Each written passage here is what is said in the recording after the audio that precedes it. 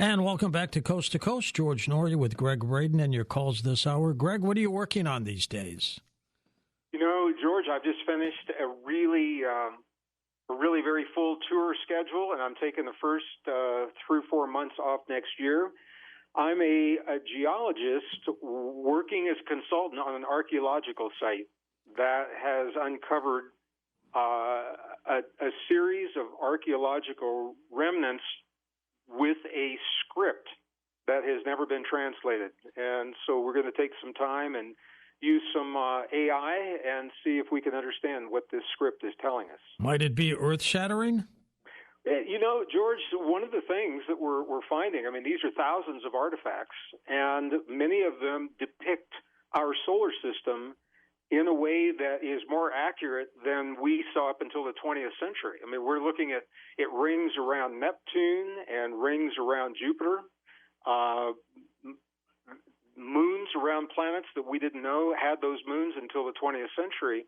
And interestingly, the solar system is depicted as if you were coming inbound from outer space rather than leaving Earth going toward outer space. So we'll keep you posted and hopefully have some updates on that sometime in the spring. That's intriguing, to be sure, Greg. Now, back to divinity before we take some calls. Sure. Are we born with this ability? You know, George, we have it. You cannot be separated from it. We all have the ability to deny our own divinity through free will, totally. We can just say we don't have it. We can have it conditioned out of us by our family and by society and by education. We can be told enough times that we are powerless victims of a world around us that we begin to believe that. And the third way that we can have it veiled is what we talked about earlier, technology. When we embrace technology, external technology, and we put it into our bodies to replace our own biological functions, we sever that connection between the cells and the DNA and the field where that information appears to live. So those are the three ways that we can have our divinity veiled from us, but we always have it, and we cannot be separated from it. All right, let's go to the phones. Let's start with Brian in Indianapolis, Indiana. Hello, Brian. Go ahead. Hey, George. Good morning. How are you? I'm doing fine. Hope you had a nice Thanksgiving. I did. I probably gained 15 pounds. I got to go to my yearly physical coming up in about a week. You ate the entire turkey. I know. I picked a bad time to go to my yearly physical. Hey, Greg, how are you this morning? Brian, I'm well. I'm happy to hear your voice, and I'm happy to hear you had a good Thanksgiving. Awesome. Hey, listen, I don't have a question, but I got kind of a theory, and I hope I explain it right without sounding like an idiot. Okay, here we go. You're talking about the end of this cycle that's coming up, that's going on right now. Sure. And the bad actors in the world, i.e. China, Russia, Iran is stepping up now. And at the election of Donald Trump, that 4 years, these countries or these bad actors lost that time to try to turn the world to the way they want it to go. They're really stepping up now, even more so with the administration that we have here right now. So, and with that, we're sending military munitions to Ukraine, blah blah blah. We're sending money to Iran for no good reason. The AI, you were talking about AI and young people on their computers all the time. That there is going to be the weak link in all of this. Now, I think that they're stepping up their mission now, I guess, because they want to do it before the next election next year. And I believe that coming up here soon, everything is going to just come to a boiling point. Now, what happens, I have no idea. So what do you kind of think about all of that? And I appreciate your time, and I appreciate you guys, and I love the Coast family. Well, thank you, Brian. I appreciate your insights. They're in some ways America and the European Union think very similar, and in a lot of ways we are very, very different. And what you're seeing, in many respects, Europe has already given in to the policies that are being written by the UN and the World Economic Forum. You're seeing them pressure America to get with the program. They want America to come into line with the policies that are already being embraced throughout much of Europe, the European Union, and certainly throughout Asia. So you are seeing, the thing is, America's not wired for these kinds of policies. We don't think that way. Our governance is not set up that way. And we're, essentially 50 little countries here. And a lot of people don't understand that. They think that the federal government just makes a rule and everybody follows that rule. But the way our Constitution and the way our country is set up, we're not wired to fall in line with those policies. And what's happening right now is there's a really slick marketing campaign. Now, I got to say, I know it's happening, and I'm still impressed. This is really sexy marketing, making many of those policies from the Sustainable Development Goals. And, we've all heard from the World Economic Forum, you will own nothing and be happy. That's the Great Reset. Well, there are resets within resets, and the thinking is America is behind. America is behind on the climate goals. America is behind on the goals for the smart grids and agriculture and all of those things. So you're seeing this play out in real time, and I don't know where it's going to go. I know that as more people wake up to what's happening, it's not that there's a resistance to, there is a choice to move forward in new directions rather than fall back and fight against the things we don't like. And I'll just close it really quick. Buckminster Fuller, before he died, I was a huge fan of his back in the 80s. Inventor of the geodesic dome. Yeah, that's what he's best known for. But there was one statement. George, you and I have talked a lot. I worked in the Cold War, in the defense industry during the Cold War. And I used to listen to Buckminster Fuller. And one of the statements that he made that stayed with me from the moment I heard it, he said, you'll never change the world by fighting against the things you don't like.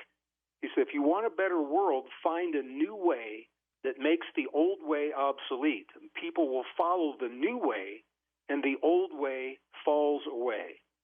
Now, I know there are times that we have to fight, but I also think there's a lot of truth in what Buckminster Fuller said.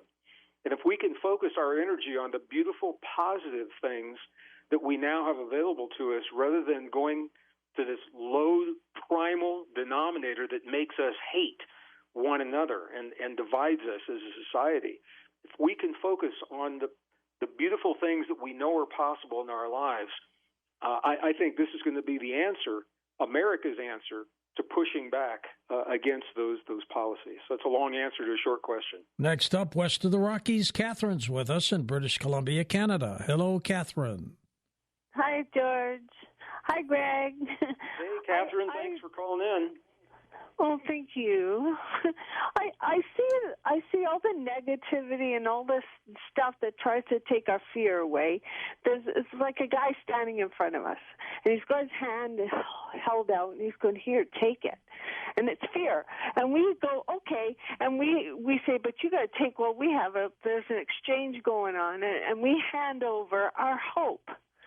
And I think fear will take our hope, strangle it, and that's what's going on. I don't give up hope, and I just wanted your take on that. Thank you. Yeah, thank you very much, Catherine. There's a new science in psychology that is actually called hope theory, H-O-P-E, hope theory.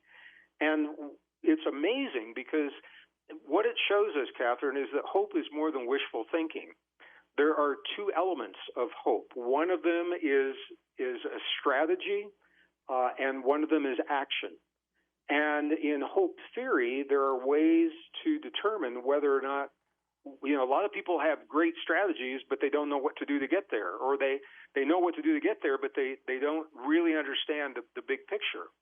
So if we're serious about hope, there are ways to strengthen both strategy and action They're called pathways and agencies. And if you haven't checked out, go to my website. I've got a course called Radical Resilience, and we talk about hope theory a lot. But I agree with what you're saying. I think there is a lot of reason to be hopeful. It's hard for some people to cling to that when we are inundated with so many reasons to be afraid. And this is where our divinity comes in. Once we understand the deep truth of who we are, then those things that are intended to frighten us no longer have the same effect. Gregg, what do you think of modern religion? You know, I just did a conference. I just did an AI conference, George. I was a keynote speaker, and there was a proposal that AI rewrite religions. Oh, boy. To get it right. This is what they were saying, to correct all the mistakes and get it right. There are, what could possibly go wrong with that, right? There are so many reasons why we don't want AI in that realm. And I think, you know, George, religions play a powerful social role as well as a religious role, and they bring families and communities together. I may not be on board with the religions themselves, but I think the role that they play in society to bring us together as families and communities, I think, is important. And they instill within us, there are some religions that I think are more honest than others. Some are based in fear. Some are based in love and hope. And any religion, I'll just say this, any religion that asks us to judge another person and to turn on those individuals that think differently than we do, I'm very suspect of that kind of a religion. Next up, we've got Keith in Virginia. Hello, Keith. Go ahead. Hello there, George, and thank you for your show and guest tonight. Thank you. I've heard you ask, what is the purpose of life?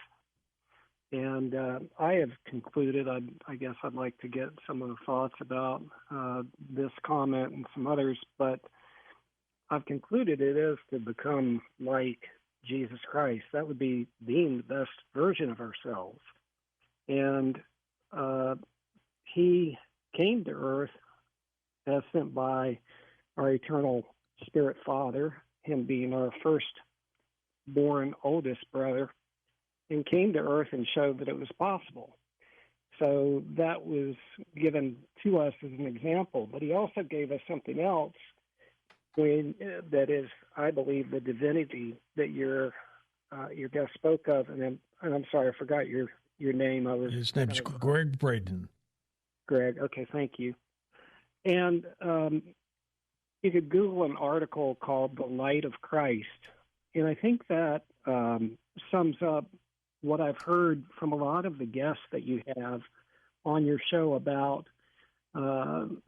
intuition or this divinity or this information network of the universe. And it helps people with all kinds of things in their life pursuits of either professions or other things that they do, or just other work. But I believe the founding fathers who created the Constitution and the Declaration of Independence, I believe they were inspired by it. And so there are a lot of things like that. A lot of people think that Christianity was predated by other religions, but I believe the pre-mortal Jesus actually taught Adam and Eve, and that was passed down to their descendants. And so we have a lot of things throughout many religions that are good and true, and Jesus taught perfect love casteth out fear. And I would recommend that article, The Light of Christ, as well, because he also warned that at this, there would come a time when things got pretty bad, that if it were possible, even the very elect would be deceived. Well, he's not wrong about that. What do you think of that, Gregg? Well, we're certainly living a time of deception. And I think some of the deception is happening in the religions themselves. I've spent a lot of time as an adult, studying Jesus as a man, is what took me into the Middle East to begin with, and as well as into Egypt and in Tibet, where they have records of him studying during what we call the 18 lost years. They were lost because the church edited them out of the text at the time. The Jesus as a man, I believe, demonstrated an extraordinary potential that to show us, to remind us of what it means to be human. The religions that came along later, I don't think that he would agree with the religions that represent him today, because so many of those religions are based in power and control and fear, just the opposite of what it was that he taught. So there's another aspect to this, George. The best science of the modern world, and you and I actually did a program on this,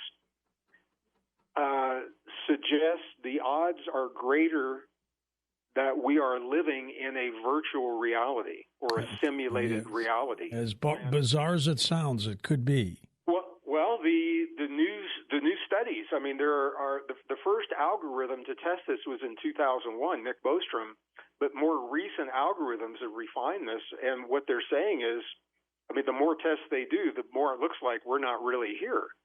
But when we think of the role of Jesus within the context of a simulation, in a simulation, people in the simulation are learning something in that simulation that they're going to need wherever it is they go after the simulation. And when we think of the ability of an avatar or of a Jesus to show up in a simulation to remind us of who we are, to remind us of what our potential is, so close to the end of the cycle, I think it begins to give us new language and new vocabulary for some very ancient ideas that I think certainly are worth exploring. So to me, it all comes down to who are we, what is our potential, and why would we want to give our humanness away to technology when we are that technology? Within the cells of our bodies, we perform every function of every piece of technological equipment in the world around us. Every cell in our body, transistors, resistors, capacitors, photon emission, photon transmission, blockchain technology, it's all in the cells of our bodies and our DNA.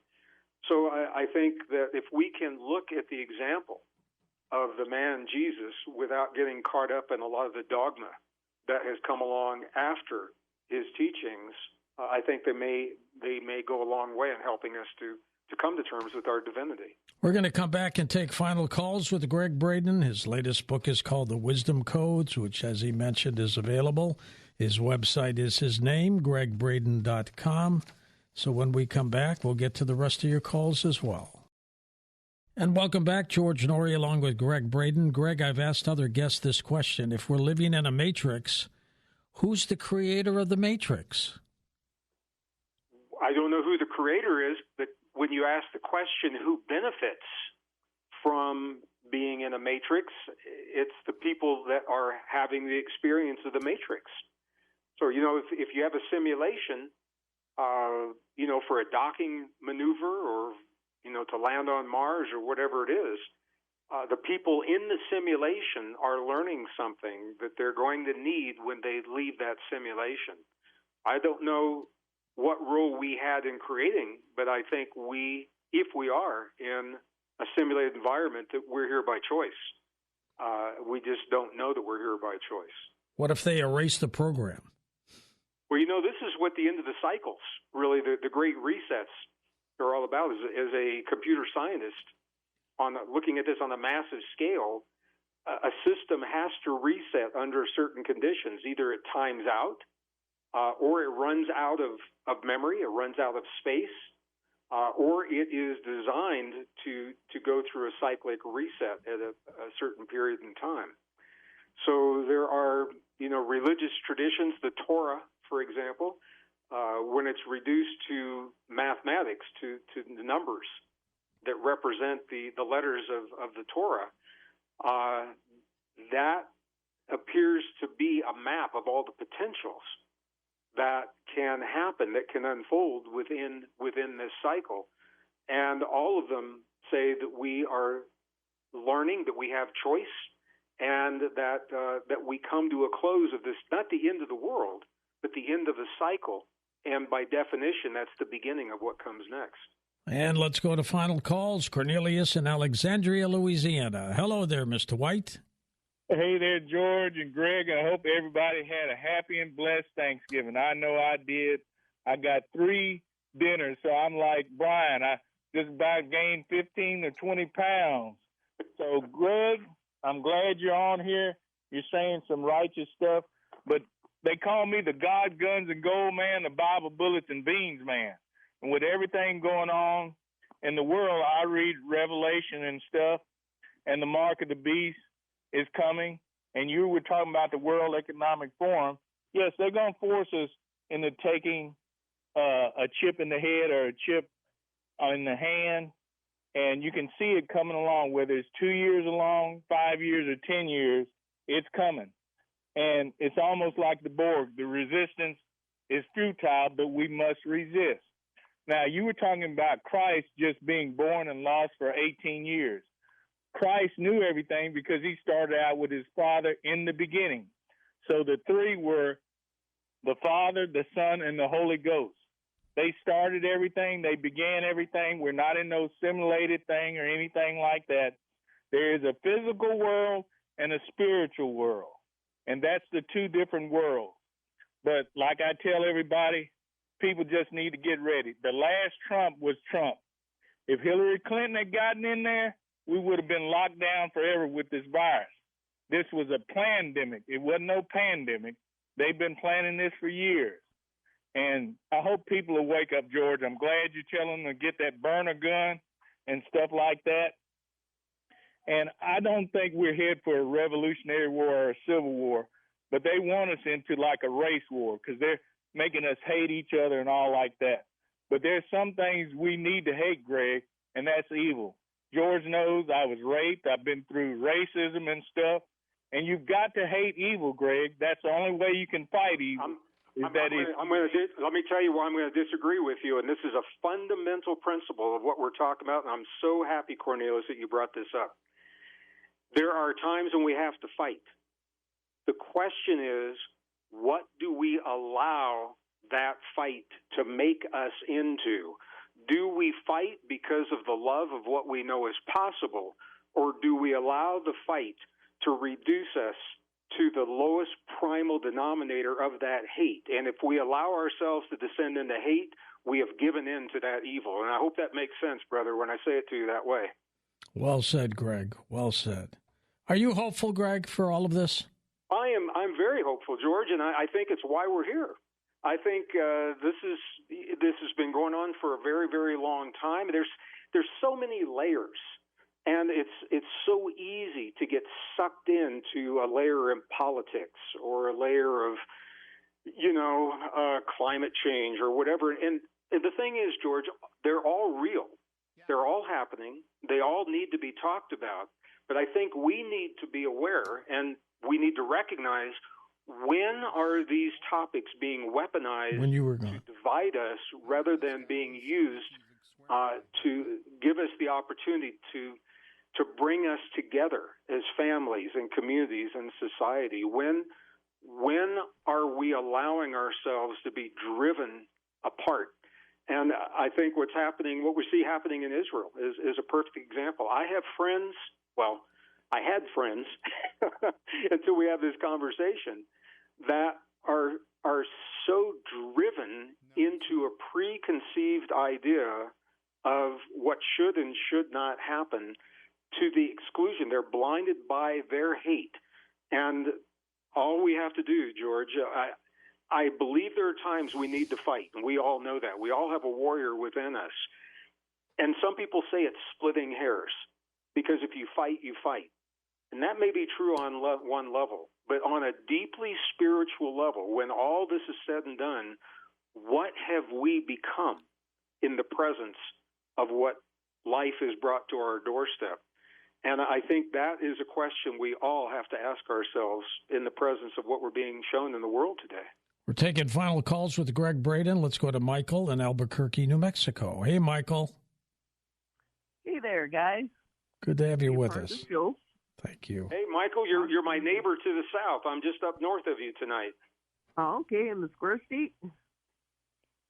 Pardon me? In the Square State, Colorado?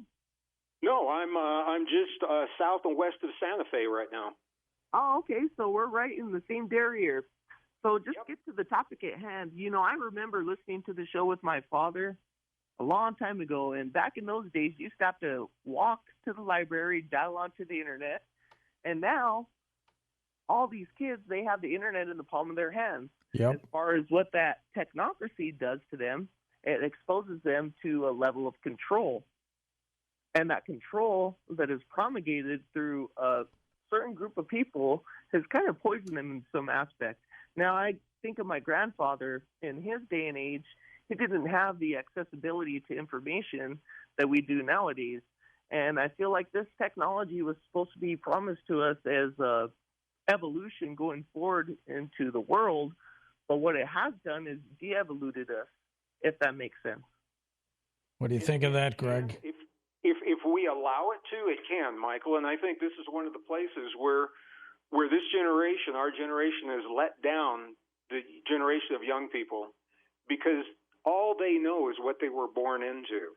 They need the guidance of a generation that remembers a time before we had this technology so that we can use it as a tool that it was intended, not the crutch and not the control mechanism. I agree with what you're saying. It's being used as a control mechanism because no one is guiding our young people to understand how to think for themselves and to understand how to discern. And I'm going to use that word intentionally. It's not about judging. It's about discerning information and where does your information come from. So, you know, I'm a scientist, and technology is not good, bad, right, or wrong. It's the thinking that underlies how it's applied.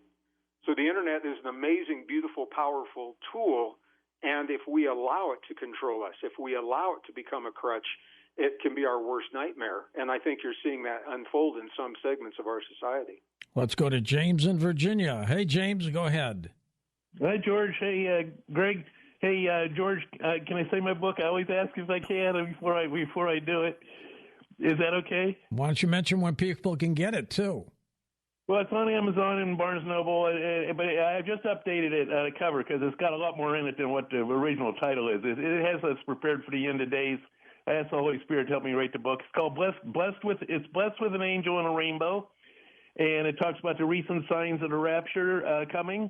And Gregory, I appreciate, in a way, you are warning people about this AI and that, and possibly the mark of the beast, like Cornelius was saying. We're all fearful of that. We're told not to take the mark of the beast in the right hand or the forehand, or God can't take us. Now, we don't know what that is for sure because it has to do with worshiping too, worshiping the Antichrist apparently. But you're ignoring, you're saying what Christians would say about the warning of that with the maybe mixture of man and machine or whatever. But then you take that and then you ignore everything else about Jesus, except that he was a great teacher and all that. And John 3:16, the one most quoted one, for God so loved the world that he gave his only begotten Son, that whoever believes in him should not perish, but have everlasting life. For God did not send his Son into the world to condemn the world, but that the world through him might be saved. Jesus says, I'm the way, the truth, and the life. No one gets to the Father except through me. So all the people like yourself that take all these religions and try to boil them down to one common thing, to mankind. Well, let's give him a chance to react to that. Go ahead, Greg. Well, so here's the whole point. Our bodies were given to us. If you subscribe to everything that the religions, and now we're talking about Christianity or Judeo-Christian traditions, our bodies were given to us by the designer, by the architect, by God. And it is the desecration of the body through technology is what we're talking about. When we allow ourselves to be compromised by technology, how much of our humanness will we give away to the technology around us, to the AI implants and the computer chips, chemicals in our blood, sensors under our skin? Now, there are places, George, and there are always exceptions. There are places where the technology can be a beautiful thing for someone, our wounded warriors that have lost parts of their bodies in battle. And that's where a lot of this technology began. But to embrace it recreationally, or to call it an evolutionary step, to replace us with the machines, with the technology, with the transhuman movement, I think this is what these scriptures are talking about. We're talking about scriptures that were written 2,000 years ago, and now we're trying to implement them in a world of science. That I think they're talking about the same thing. They're using very, very different languages. So when we honor the temple of the human body, when we embrace our humanness and our divinity rather than giving ourselves away to the technology, and that's where the mark of the beast and all these other things are coming in. I think we're having the same conversation. I think we're on exactly the same page. Jesus, if we believe what was written in the traditions, and those traditions have been modified and edited over time. That's why I like to go back to the original text. He lived a life, and he demonstrated the potential then, and he said very clearly that this is a potential for everyone, and he was showing us what our possibilities are, what our potentials are. I think that's the message that we really can bring home, in a meaningful way in our lives right now. Gregg, in the final 2 minutes, what words of wisdom do you have for all of us? George, I just want to thank everyone for everything they're doing to live the best version of themselves. I want to encourage people not to be fearful and not to have lost hope, because we're living a time when all possibilities are up for us and we have to choose. We've got to find the emotional anchor. We've got to find the spiritual compass that tells us exactly who we are, so that we can navigate through this little window of time and do it in a really healthy way. And community is part of that. We need one another, George, and the community that you've created with Coast to Coast AM is such a powerful part of our community. I just want to thank you, and I know you got a great team working behind you. I've known some of them for years. So I think that's the thing. Just don't lose hope, but that hope is based on something that's real and true, and that real truth is the extraordinary potential of what it means to be human and the divinity that comes with our humanness. Gregg, do you take emails through your website? Lots of people are sending me messages about that. Sure. They go to my team, my office manager. It's at Gregg Braden. Well, info@greggbraden.com. Super. Gregg, thanks again. Keep in touch, all right? Thanks so much. Have a beautiful evening. Gregg Braden up next. Michael Brown joins us as we talk about future events, a prophecy of coming times. Stand by for that on Coast to Coast AM.